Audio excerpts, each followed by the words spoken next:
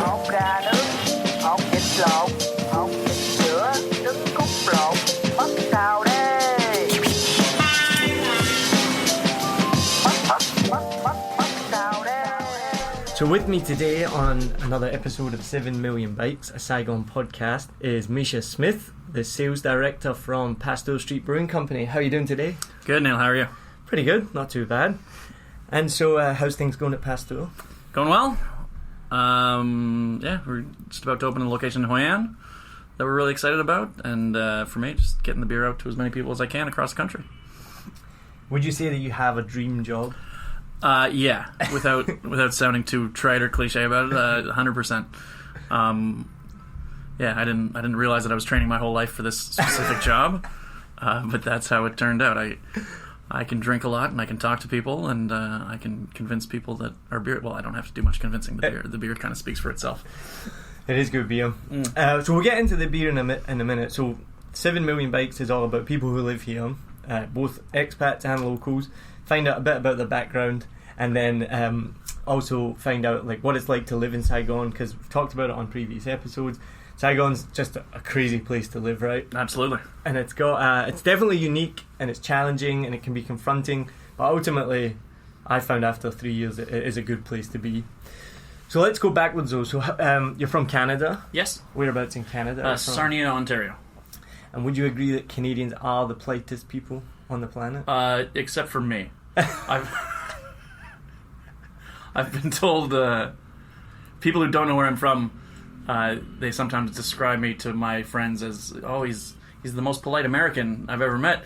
But then people who know me also, he's the rudest Canadian I've ever met, which I feel like is about right. That's about on par. It's an accurate description. Yeah. And so, where you're in the beer industry in Canada? My last job in Toronto, before I moved to Asia, was bartending at a little brew pub called Mill Street Brewery. It's not little anymore, but I was there the first summer they were open, and that's where I really got a taste for craft beer. I like the pun.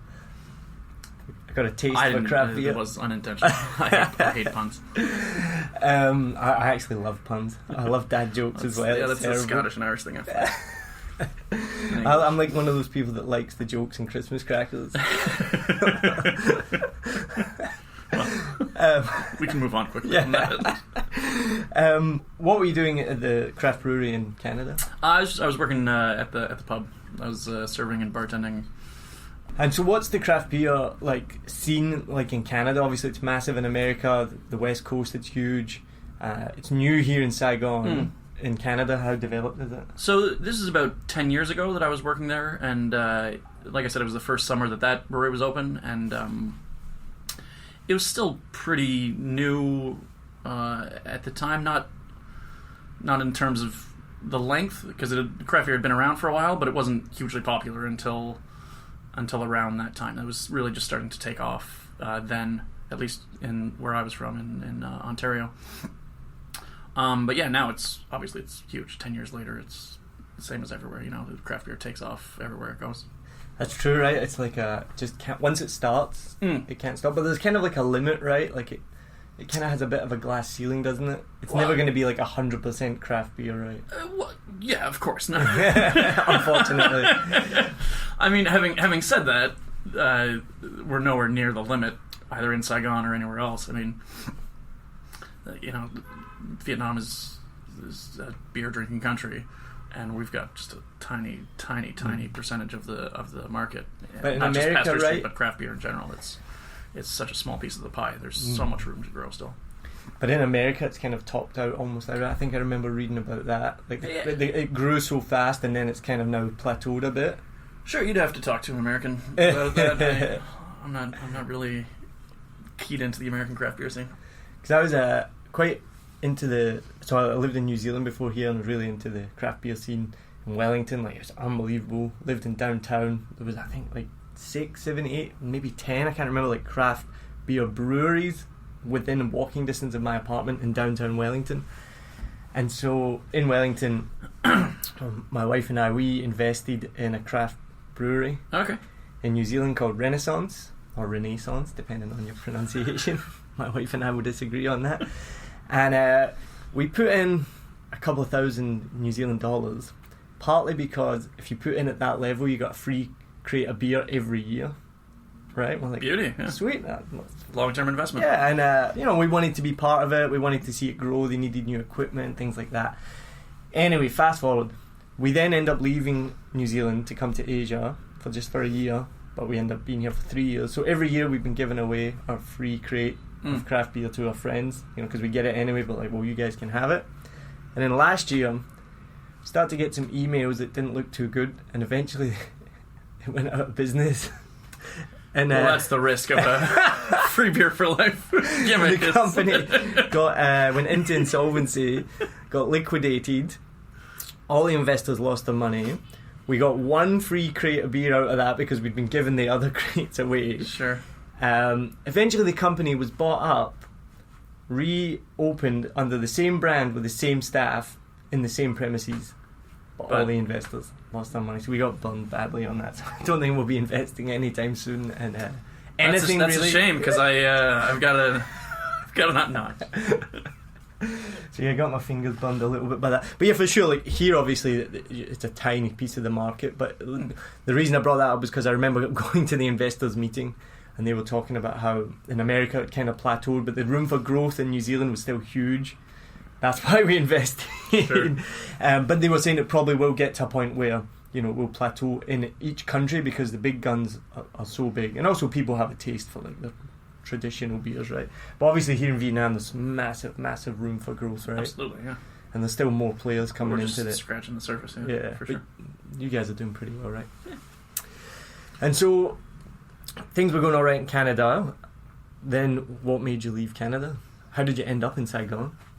Well, I got fired from the the brewery that I was working at, and I'd been out of school for about a year, and I just didn't really want to keep going through the F&B scene. I'd worked at a bunch of restaurants while I was going through school.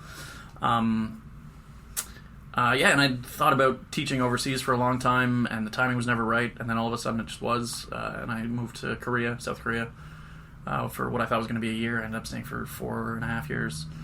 And then I came to Saigon on vacation a couple times while I was living over there to visit some friends, and I just fell in love with Saigon, Vietnam, the city. Like, I knew once I got here that this is where I belonged, so I went back, finished my contract in Korea, and moved here, and that's how I got to Saigon. Nice. And so what was it like living in Korea then? I visited Korea, but... excuse me. I lived in 2 different cities, and they were smaller. They weren't like countryside, but they were small cities. And it was an experience. I enjoyed it. I met some of my best friends in the world there. I prefer it here. Why do you prefer it here then? I don't want to say anything bad about Korea. I lived there for a long time, but Saigon. There's so much more energy, so much more excitement. Like the feeling is palpable when you're here. Like it's. When I went back after my 2 visits to Korea, and my friends were like, "Well, how's Vietnam?" and I was just gushing about it. I'm like, "Oh, what's so good about it?" And I was like, like the food, the nightlife, the people, everything, but like just the energy. I just kept saying the energy, and I couldn't really describe it. But all of those friends who've come to visit me here now, they as soon as they get here, they're like, "Oh, okay, I get it." Yeah, like it's something that you can't quite put your finger on. But the first time I was here for 2 weeks, I just had this goofy grin on my face the whole time. I was just so happy, and I was like. What? I'm like, I don't know. It's great. I just love it here. It's definitely an energetic city, and I think that can be both negative and positive, right? Sure. And so when you come, I think in the beginning I was the same. I came for a visit before we came to live here, and just loved it. You can't really describe it. It's just it's Vietnam. Yeah. It's just amazing. And yeah. I think everybody's the same that comes here, right? Yeah. Well, you're like it depends on your mileage, right? Like definitely some people. I lived with some people in Korea who had been here, and they're like, "Oh, you liked Saigon? I hated it." And I can understand why someone wouldn't enjoy the city, but those people are very different from me, personality-wise. Like it suits me to a T. Like, and when you've traveled, a bit, you just have a certain feeling about certain places, and when you get to a place that suits your personality, you just know automatically, like, yeah, this is me right here. I love it. And so, how long after your visit did you went back to Korea and you were like, right, I'm moving to Saigon? Well, I came back for a second visit just to make sure, because we always joked when I was living in South Korea. We always used to joke that any trip out of Korea was the best trip of your life because you're getting out of Korea for a bit. How was Moscow? Oh, it was great. It was really cold and fantastic. So yeah, no, I came back a second time just to make sure that I still felt the same way and that it wasn't just like a fleeting romance, like a summer fling. Yeah, exactly. Fleeting romance. Yeah.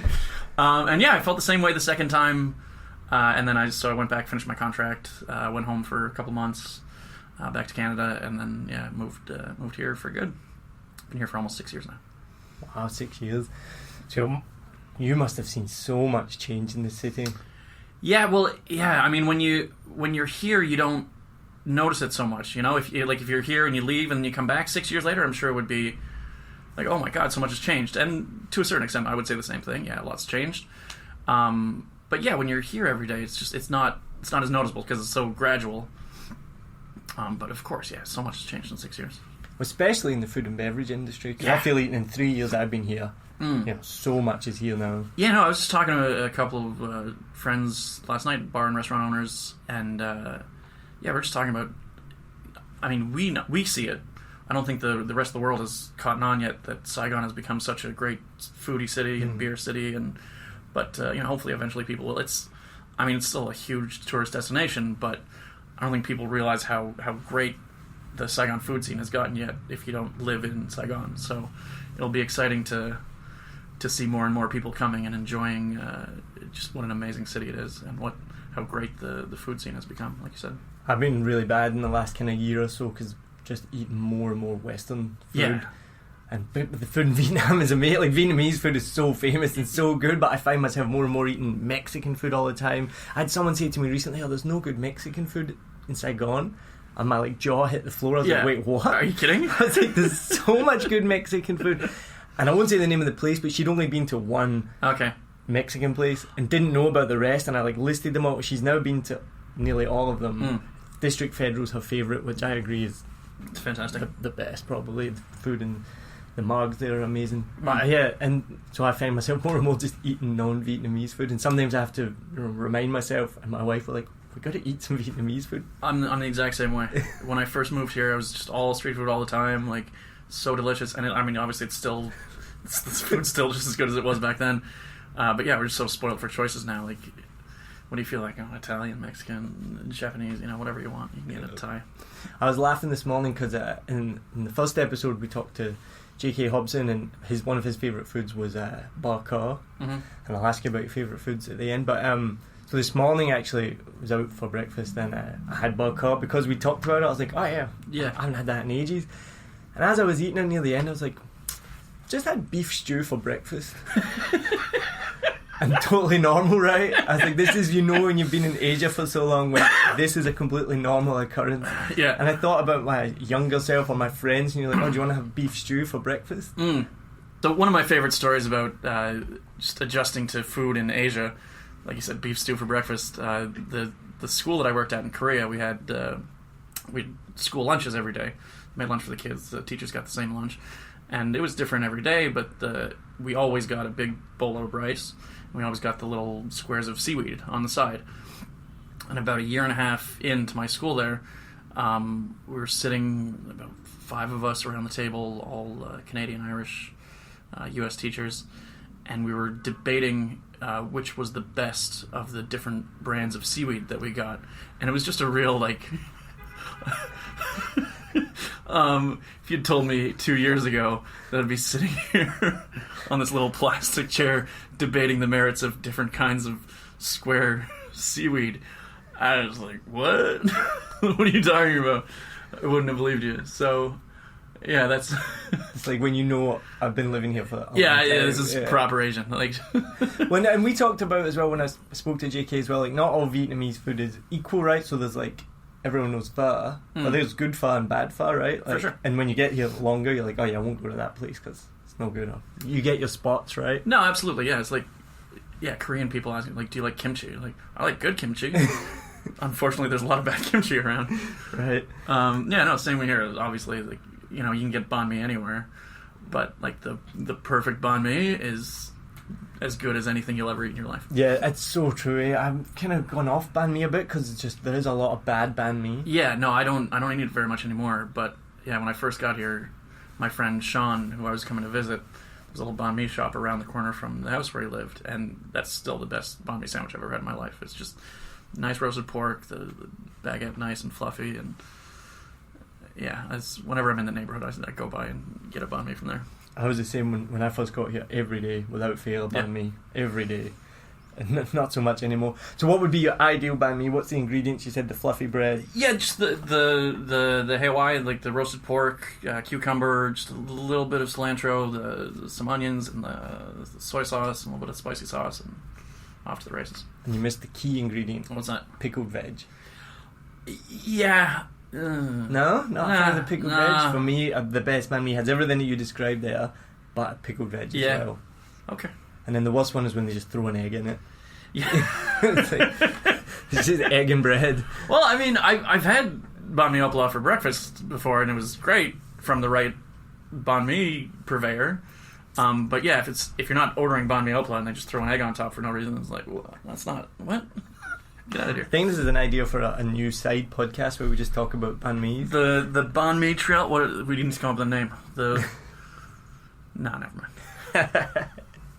You got here 6 years ago. I can't imagine how different it would have been in terms of even buildings, right? Like there's construction is going up so fast. Food and beverage. There wasn't many restaurants. Definitely no beer, right? No good beer. No good beer at the time. No. I remember the first time I saw Heineken on draft. I was excited. That's how bad the beer scene was. That's a low. Yeah, well, it was all Tiger and San Miguel at the time. It's like, oh, Heineken, okay. We are so spoiled here in Saigon. Like, now, 100%. Yeah. And yeah, at the time there were some nice restaurants. Like it wasn't like there was no Western restaurants when I got here, but obviously nowhere near the amount that we have now. Mm. And so, what was the biggest challenge that you found in the beginning of living here? Because I've found, and I've talked about this in the beginning, like I couldn't wait to leave the first year. I hated it. Yeah, I was counting down the days. I was like, when are we going? I want to go back to New Zealand. Like, sure, it was just too much. And there's a few reasons, like health was one of them, and I couldn't get proper healthcare, things like that. It was nothing serious. It was like a back injury. But yeah, couldn't wait to leave. And now I'm like a complete 180 where I like literally like just, even this morning when I'm out for breakfast, I'm like, this is amazing. Yeah. And did you have that? No, that's just me. Because I've spoken to other people and they've kind of had similar experiences. Sure. Well, like I said, I'd been here already, so I knew what I was signing up for. I'd already lived in Asia for a long time. For me, it was an upgrade coming here from Korea. So, no, I mean, to be honest, and I'm not just saying this to be self-serving, but the lack of good beer was the only thing for me that was missing in Saigon at the time. I was drinking gin most nights, just because I would, when you first get here, like a cold glass of Tiger for $1? It's like, okay, great. But after a couple months of drinking just generic lagers, it's all right. Well, I remember coming first time here and the first beer I had was Ba Ba Ba and thought it was fine. So yeah, this is good. It was like 15,000, so that's like 70 cents or something like that. Yeah. And then you drink LaRue, which is like 12,000 dong, so like nearly 60 cents. You're like, this is fun. But then it gets it wears thin pretty quickly. You get sick of drinking cheap beer pretty quickly. Yeah. If that's all you have access to. Yeah, exactly. So did you come here then as an English teacher? Yeah, that's what I was doing in Korea, and when I came over here, just one of the like low key things that I really liked about Saigon was I was meeting people from all over the world doing all different interesting things. Like in Korea, if you were a foreigner, at least the cities I lived in, you were either a teacher or a U.S. military, and that was it. Nobody was doing anything else. So yeah, I didn't know what at the time, but I did definitely feel like moving here that there were going to be opportunities to maybe do something besides teaching eventually. Worked out all right. So tell us then, how did you end up getting into working for Pasteur Street? Yeah, so I'd been here about a year and a half when I saw an ad on Facebook for Pasteur Street Brewing Company, and I was just like, craft beer in Saigon? Wow, this is exactly what I needed. And it was advertising the opening date as 1 week later. It was Friday, which was my only day off at the time, and I was like, oh, a week? I have to wait a week for like a week ago. I didn't know this would ever exist in my life, and now that I know, I'm so excited. I need to. So it was a long week, and then I was there the first day they were open. apparently I was the third person through the door. And yeah, it was only 4 beers at the time, and Jasmine IPA was one of them, and I'm an IPA guy. It was just, oh my god, it was so good. And yeah, I hung around. I started out, I just talked to Bethany, one of the co-founders who was working behind the bar at the time. I told her I had some craft beer experience. If she needs some help behind that bar, I'd be happy to do it for free beers. And she was thinking about it. And I think the second or third Friday I was there, they didn't have any food yet. There was no kitchen. So I stayed long enough that I had to order from Vietnam MM 3 different times from 3 different places. And Bethany told John, one of the other co-founders, about this. And he was like, oh yeah, hire that guy for sure. Like, give him a job. And that was it. Just started out working one night a week behind the bar for free beer. And for me, that was the height of my ambition. I was so happy. That was just, pulling pints and just talking to people, and it was great. And then, so what happened after that? Because now you're the sales director for the country? Yeah, that's correct. So you just kept, I took it seriously. I was working, like I said, one night a week, still teaching 6 nights a week. And then, eventually they started paying me with money and not just beer. And then, so I took a couple more shifts behind the bar and a few less shifts teaching. And then a few months later, our original sales guy, he quit. John was doing it for a while, and he's the CEO of the company. He's also our domestic sales rep. He was a little bit beneath his position at the time. Excuse me. So yeah, he asked me if I wanted to do the job, and I was just like, I don't have any background in sales. I wouldn't know what to do. And he's like, just drink beer and tell people how good our beer is. I'm like, I can do that. And is that a reality? No, he kind of he kind of sold me on the sales job. There's a lot more emails than I ever would have guessed. But no, I mean, it's, you do the parts that you have to do so that you get to do the parts that you like to do. And I wouldn't, like I said, I wouldn't change anything. It's a dream job. Some days I have to remind myself, they're paying you to drink beer. Just do the other work and don't complain. It's a pretty great job. And what's some of the feedback you get from friends back home or anything when they see what you do? Oh, they think it's mad.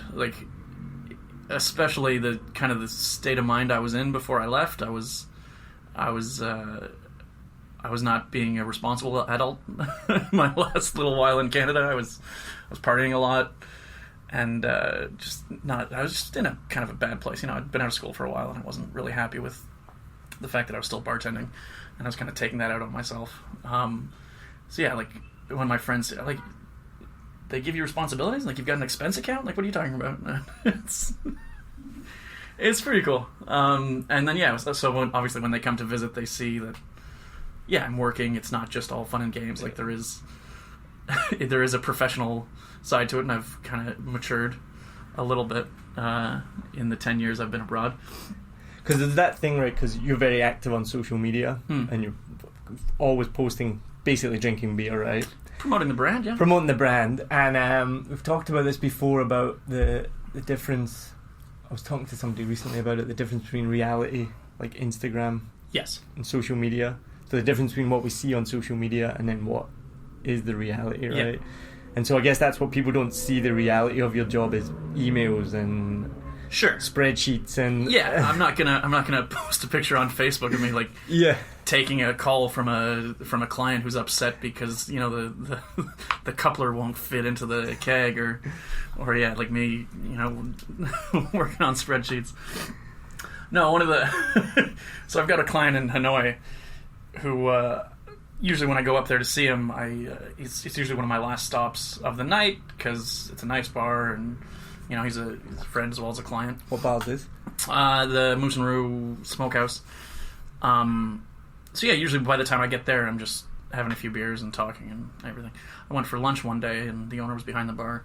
I pulled out my laptop and started banging out emails, and he's just like, "Oh, you do work." But if you follow on social media, it's all he does is drink beer. Right. Well, and for me, I've always said if people think that all I do is drink beer, then I'm doing a good job of promoting the brand and myself and the lifestyle. I do want to see a post this week of you working at a computer with a spreadsheet. Yeah, done. Sure. Joking. So Vietnam's famous for cheap beer, like dirt cheap beer, right? But it comes at a price of quality, and the craft beer is unbelievable quality, but it's expensive relatively. What would you say to people that are kind of like, well, no, Vietnam's meant to be cheap beer? I've seen people post this online, it's too expensive. What's your response to that? Well, like you said, it's all relative. So my friend that I was drinking with last night, he just got back from Australia. He's like, this is cheap. This is really cheap. He's drinking our Irish Stout, and he was like, this is an amazing beer, and it would be at least twice the cost in Australia. 3 times, maybe. So, yeah, it is all relative, and, we didn't... When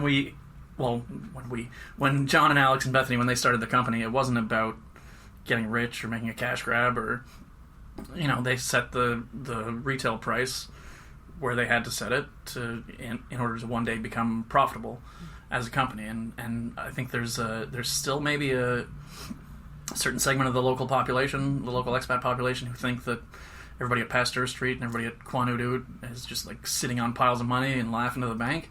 It's not like that at all. We're still small companies struggling to make it happen, and the fact that we're expanding quickly is just keeping up with demand and also trying to be sustainable. And excuse me. So yeah, I mean, it's the overheads of running a brewery are massive. So, and the cost of quality ingredients are huge. So yeah, it's. And is that what puts the price up? Is it the ingredients then mostly, or like what makes it it's the raw much ingredients, more expensive? it's the labor, it's the the cost of running a brewery and a distribution system and these different tap rooms. It's everything, and I'm not crying poor. Again, I love my job. I'm doing well. I'm happy. But yeah, to be sustainable, we have to charge a premium price. I'm going to ask you a question later, which. What I'm about to say now might answer that question, but we'll see what your answer is. One of the things that I think is amazing, and it always surprises me, is when you go into Pasteur Street or Beer Craft or any of these Western places which do cost at a premium price, it's filled with Vietnamese people, like more Vietnamese people than expats. It's not like just an expat thing, and I think that people get surprised. Vietnam, the perception from abroad is it's a war-torn, poor country, right? Right. And that's true in some respects. There are problems in it. There is severe poverty here, but also it's climbing out of poverty in one of the fastest growing economies in the world. So there are lots of local people who can enjoy that lifestyle, right? Yes. And I don't know what my point is to that, but I think it's refreshing because you go in and maybe if someone's visiting, or maybe you just think, it's just all these expats that are living it up here. But it's actually not. You're servicing and providing a service to the local community as well, right? No. Especially when we first opened, and I was working behind the bar, I remember a lot of younger Vietnamese guys, like mid-20s to late 20s, a lot who had been abroad and who had craft beer before. They were just so excited to be in the bar. They'd be like sitting by the window, and they'd come up to me behind the bar, like, you guys make this beer? You guys make this here? And I'm like, yeah. And he's like, dude, thank you so much. This is awesome. Like, this is great. And yeah, for us, the whole thing was to use fresh local ingredients to make like real Vietnamese craft beer, and that's to use Vietnamese coffee, Vietnamese chocolate, different Vietnamame fruits and spices. We really want to locate it in Vietnam, and yeah, that really appealed to the local Vietnamese, that to give them a sense of pride about how good something locally made could be, and that we could then send it out to the world and say, this comes from Vietnam. Look at how good this is. And I think like every country, the generation is changing. The younger generation is different to the older generation, right? So in Vietnam, I think they have the highest consumption of beer in the world, or one of the highest. It's like 8 billion litres of beer a year they consume. I think like top 5 per capita. Yeah. Don't quote me on that. But I think that's changing, right? That's like the older generation where you see the guys on the street with like a crate of Tiger. But the younger generation now are more enjoying like craft beers and... Yeah, they've got a taste for something better, and once you get... it's like hamburgers and steak. Yeah, if you've only eaten hamburgers all your life, you think hamburger is the greatest thing in the world. Once you have a nice, perfect, medium rare ribeye, it's like, Oh yeah, no, that's better. Yeah. So we're going to finish up with the same questions that I ask in every episode. Cool. Are we going like lightning round style or? No. No. Okay. All right. You can take your time. Okay. So the first question is, what are your top 3 foods in Vietnam? Yeah. I mean, there's a reason that pho is the most popular and most well-known Vietnamese food, is because it's the best. Especially when I'm sick, a bowl of pho ga is better than any bowl of chicken noodle soup I've ever had in my life. And the best way to prevent a hangover in Vietnam is to get a bowl of pho ba on your way home from the bar. It fills you up nicely. It's perfect. And yeah, I like noodles a lot. So bún cha, bún ba huay, bún thịt nướng. Those are all my go-to Vietnamese dishes. For me, on the way home, it's bop jin. I don't even know what that It's is. like the deep fried rice flour. Oh, okay. You had that? Seen that? That doesn't. You should get that. Yeah. So good. So fattening though. It's like it's like fried in like pork lard or something like that. No, that's it. I mean, when I'm after I've had a lot to drink, just I wouldn't think of eating it except for Western fast food, and this is also the best way to avoid that is just go for the pho ba on the way home, big bowl of broth, noodles, beef. So top 3, number 1 pho. Yeah. 2, 3. Bún thịt nướng would be number 2, and then bún cha. When I go to Hanoi, there's this great little place close to our taproom there. I've had bún cha down here and it's good, but the stuff in Hanoi is, that's where it's from. That's Bún thịt nướng, bún cha, 2 of my favourites. They're really good. And what's your favourite bar and beer? We ask this to everybody. Yeah. I feel like we need a stipulation here that it's not, you can't say Pasteur for this. Sure. Okay. But maybe is that your favourite bar and beer? It's home. I feel like I'm going home when I go to any one of our tap rooms. But anybody who knows me will tell you that Malt is my favorite bar in Saigon. 46 Mac T Boy. They've got usually 5+ of our beers on tap at any time. It's just so cozy and nice. And when they opened, there was now you can get a similar vibe to Malt at different bars around the city. At the time they opened, there was nothing like that. It was all the Pasteur Street girly bars or really expensive rooftop bars, and there was really nothing in between. And it sounds crazy to say that now, but it's true. It's how much the scene has changed. I completely agree. I'm just thinking back when I came here 3 years ago. It's Malt was the closest place to a American bar or a nice pub that you could sit down and relax. Like a pub, men and women could go together and not feel uncomfortable. And it had something for everyone. And just another quick story. So at the time, Emergency Room, I don't know if you know. Yeah, I loved the Emergency Room. It's kind of a weird bar, but the pizza and the chicken wings were awesome. Yeah, it was a weird bar, but it was cool, right? Yeah. Well, when Matt Ryan was running it, Yeah. it was. Before he started there and then after he left, it was... the difference in quality was noticeable. But yeah, so I was closing the bar on Friday nights and a couple other nights, and I'd usually go to the Emergency Room after because I could get pizza or some chicken wings, something to eat. The kitchen was open late. And when I met Matt King, the owner of Malt, with his wife, the first time I met him at Pasteur Street, another friend of ours, Jeff Pachowski, was sitting around the end of the bar. Matt's describing the concept of Malt to me, and I'm like, this sounds amazing. This sounds great. And he wants to put a couple of our beers on. And Jeff pipes up from around the corner, if you really want your bar to be successful, you got to get Mischa to go there every night instead of Emergency Room after he gets off work here. And obviously that's not the only reason that Malt's been successful, but that's exactly what happened. As soon as they opened, I was over to Malt every night, and I'd get a spinach and artichoke dip instead of the pizza and the chicken wings at Emergency Room. And that spinach and artichoke dip is that's really still good. It's still class dishes. Even my mum and dad visited about 18 months ago, and they loved Malt. They we had to go back because they loved the shuffleboard, they loved the beers, the atmosphere, and they were like, "Can we go back to Malt tonight?" I was like, "Yeah, sure, let's go." Well, and that's any age, any gender, any style. It's Malt's got something for everyone. It's a great bar.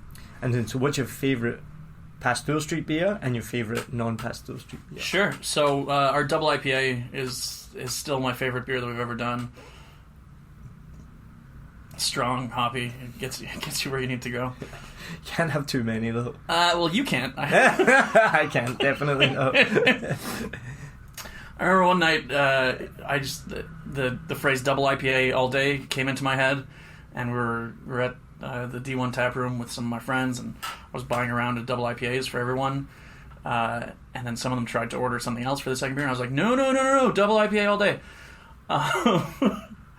So we were getting into it, and then I got a call from my boss at the time. He's like, "Oh, we're bringing some people down from the production facility. Are you at the tap room?" I'm like, "Yeah." And I'm like, "All right, it's kind of an important, like, be on your best behavior." And I was like, "Oh yeah, I'll be fine." A bunch of doubles at the time. They all come down. We're sitting upstairs, and I'm still just housing double IPAs. And I remember I was really charming. I was just definitely on my best behavior. But yeah, now in our D2 tap room, that's on the wall, double IPA all day. And And what is the strength of the double IPA? 8.7%. 8.7. Yeah. Yeah, I could A nice sessionable double IPA. One of them. What's your favourite daytime place to drink or hang out in Saigon? The Boathouse in District 2 is a great daytime spot, just on the river, nice, calm, quiet. Obviously, they have a few of our beers on tap. They have great Bloody Marys, great margaritas. It's the first time the Boathouse has come up, and I've been waiting for it. Okay, that's my favourite place, without a doubt. Yeah, well, that was one of the Boathouse is one of the original. Like, it was here long before I moved here. It's like I said, when I first moved here, there wasn't as many choices now, obviously, but there were some good ones. And yeah, the Boathouse has been a standby for a long time. It's just a great little spot in D2. The food's really good nowadays. And yeah, the drinks are excellent. And the view, can't Well, I like the Boathouse because, as we've mentioned, Saigon is crazy, it's noisy, it's busy. And it's difficult to get out of Saigon because it is so big and it's such a metropolis. Yeah. And sometimes you can just be like, I just need to get out, but you can't. And then one day I realised, let's go to the Boathouse. And you get there and it's serene and it's by the river and it's calm and there's no beeping. And yeah, it's a good spot. So that's now like my go-to place if like I just need to get out but I can't go anywhere. Nice. Like Boathouse kind of fills that need. Now, I mean, maybe we've covered this, but why do you stay in Saigon? I think we have. Yeah. They pay me to drink beer. Yeah, it's good enough reason. Yeah. The reason I asked that is just because maybe, and then you've kind of said you didn't find that, you haven't had as many challenges, but I find a lot of expats you speak to, and even locals, it is a challenging environment to live in. Sure. And so that's the reason I ask is why do you stay? Because I know for me, there's a kind of story to that. Yeah. I mean, I've been saying this for a while. Like, if I find a place that I like more in my travels, then maybe I'll move there. But so far, Saigon's been it. Fair enough. It's a good answer. What one thing would you change about Saigon? Nothing.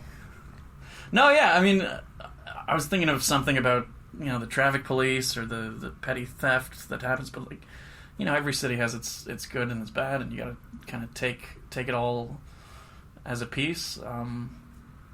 I mean, I love it here. There's nothing I would change. Fair enough. And what do you think is the most misunderstood thing about Saigon? Just from, like you said before, from people who haven't been here, that it's, that it's this underdeveloped, war-torn place, and obviously there's that history here. But yeah, people who've never been here probably don't realize what a great city Saigon is, and Hanoi as well to a certain extent. There is that rivalry. Every country's got to have two cities that have a rivalry, right? Like, you can't not. So talking about the Boathouse and getting out of town, what's your favourite place to get out of town? Hoi An. It's so different from Saigon in all the nice ways. Just quiet, peaceful. It's the only place in Vietnam I could see myself maybe moving to someday, but that would be way down the road. I've been all over Vietnam, and Hoi An's definitely my second favorite place after Saigon. Last question. What advice would you give to somebody who's thinking of living here? Come, do it. If you have any idea that you might want to move here, just go for it. It's amazing. Nice. And so let's just finish up there then. So thank you so much. What's next then for Pasteur? Like I said, we've got our first place in Hoi An coming soon. Probably looking for another one in Hanoi or Saigon after that. We're still focused on the domestic market. Vietnam is our home. It's where we live. It's what we love. And we've been getting back to export as well recently. I don't want to reveal too many long-term plans, but just keep pumping out good beers. Get them around to the people who want them, and just keep expanding. Awesome. Thanks for having me. You're very welcome. It's been really interesting. It's good to chat to you. And thank you to everyone for listening to another episode of 7 Million Bikes, a Saigon podcast.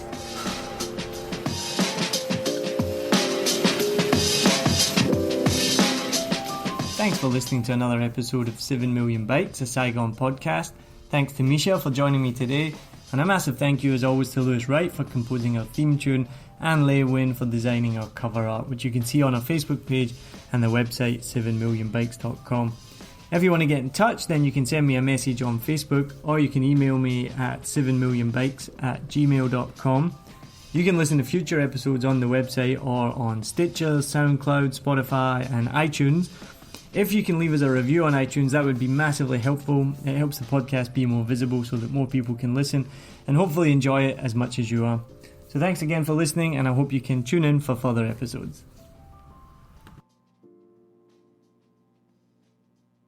I hope you enjoyed this episode. If you're like me, you may use your laptop at places where you have to use public Wi-Fi. This opens you up to digital snoopers. It's a massive problem. It can be your internet service provider, or you know who, looking at what you do online, or a cyber criminal trying to steal your bank passwords or credit card info, or even a hacker at the next table trying to steal your sensitive data. These days, it is vital that you keep your data safe. NordVPN keeps all of these snoopers away. It makes your internet activity private, protects you from accessing dangerous websites that are phishing for your data, and lets you enjoy your favorite content securely, even while away from home. And it's easy to use, even I could use it. I've actually been using NordVPN for years now here in Vietnam, and I'm excited to be an affiliate partner with them. I've used NordVPN to watch Netflix, BBC, Disney Plus with ease, and I also know that my information and data are safe from prying eyes, whoever they may be. Join now and you'll get 68% off and 3 months free when you go to my link, nordvpn.com/SMB. Just again, for those hard of hearing, nordvpn.com/SMB. The link is also in the show notes. I know nobody checks them out, but go check that out and you can get the link from wherever you are listening to this podcast. As an affiliate partner, it also means that I will get a small commission when you sign up, but at no extra cost to you. So not only will you be getting a great deal through 7 Million Bikes, you get a great VPN and you'll be supporting 7 Million Bikes podcast. Stay safe online and enjoy the shows you love. Any questions, just let me know. You know how to get in touch with me. And thanks for listening to this show. Cheers.